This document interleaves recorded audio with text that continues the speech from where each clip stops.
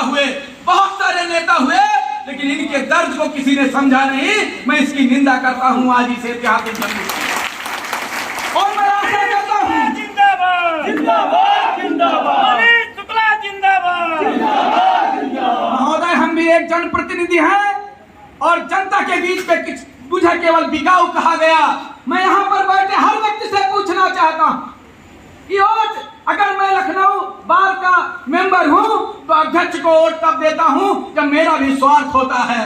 सूर्य नर मन की यही रीति और बिन स्वार्थ होए न प्रीति। महोदय, आपको बता दे, अगर इसे पकड़ुआ चुनाव का नाम दिया गया, अगर बीडीसी भाइयों को कुछ पोषित करके वोट लिया गया, तो इसमें हमारे भोले भाले बीडीसी का कोई दोष नहीं है। उन्हें केवल कलंकित करने का काम किया गया, जबकि उत्तर प्रदेश नहीं पूरे हिंदुस्तान में कोई भी वोट ऐसा नहीं है जो किसी हित के बिना दिया जाता हो। तो केवल इनको बलि का बकरा क्यों चढ़ाया जा रहा है? केवल बिकाऊ कह के इनको और इनके परिवारों को, सात पुस्तों को बदनाम क्यों किया जा रहा है? केवल मेरा इस सम्मानित मंच से यही उद्गार है। प्रधान भी उसी एमएलसी को चुनता है महोदय, उसी एमएलसी महोदय को आप भी चुनते हैं महोदय। क्या प्रधान को वो चीज नहीं मिलती जो आपको मिलती? लेकिन प्रधान एक प्रधान है। हमें मुख्य धारा से अलग करने का काम किया गया है अभी तक, लेकिन मैंने संकल्प लिया है, चक्र में हो रचो तुम चाहे जितने, रण से मुंह न मोड़ूंगा और कलयुग का अभिमन्यु हूं, सारे चक्र में हूं तोड़ूंगा।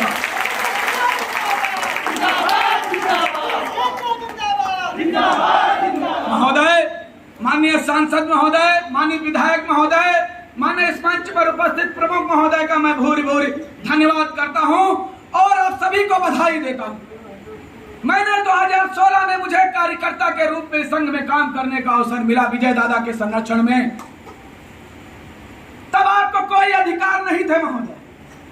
तब मैंने एक नारा दिया था कि अब तो इतना कष्ट करो, पृष्ठ मेरा स्पष्ट करो, मेरे भी अधिकार संविधान में वर्णित होने चाहिए। लेकिन मैं आप सभी को, माननीय सांसद विधायक जी को मैं धन्यवाद ज्ञापित करना चाहूंगा।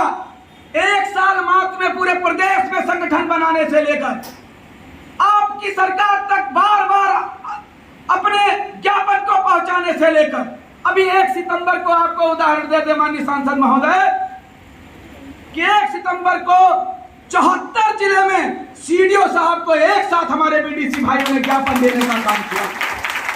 और वह ज्ञापन इस बात का नहीं था कि मुझे मानदेय विकास निधि चाहिए। वो ज्ञापन पहली बार 27 सालों में इसलिए दिया गया और मुझे माननीय सीडीओ हमारे लखनऊ की महोदया ने मुझे लेटर लिखे अवगत कराया। पहली बार 1 साल में मुझे महोदय आपको बता दें सफलता मिली। इतने ज्ञापन देने के बाद, इतनी लाठियां खाने के बाद पहला पत्र जब मेरे घर पर पहुंचा और मैंने उसको जब खोल कर देखा तो उसमें मैं आपकी जीत देख रहा था, आपकी सफलता देख रहा था महोदय। वो लेकर आप तक पहुंचाने का मैंने काम किया। इसमें से बहुत लोगों ने पढ़ा भी होगा उसको। महोदय, आप सब धन्यवाद के पात्र हैं। आप सांसद महोदय, विधायक महोदय, हमारे प्रमुख महोदय, आपको मैं धन्यवाद इसलिए देता हूं। 1 साल पहले मेरे पास कहने के लिए नहीं था कि मेरे पास अधिकार क्या है, लेकिन आज मैं गर्व से कह सकता हूं कि मेरे पास 6 बैठक और 1000 भत्ते का अधिकार है। मेरे पास अगर मेरा बीडीसी भाई हताहत हो जाए तो हमें 3 लाख बीमा परिवार को दिलाने का अधिकार है। और आप ही के सरकार माननीय मोदी सिंह जी ने, माननीय ग्राम विकास मंत्री जी ने 24 दिसंबर 2021 को जियो दिया। 19 जनवरी 2022 को उसका गाइडलाइन आया कि मनरेगा से क्षेत्र पंचायत सदस्यों को जोड़ा जाएगा। महोदय, आज जो हमने 1 सितंबर 2021 को ज्ञापन दिया है उसमें केवल और केवल यही लिखा है।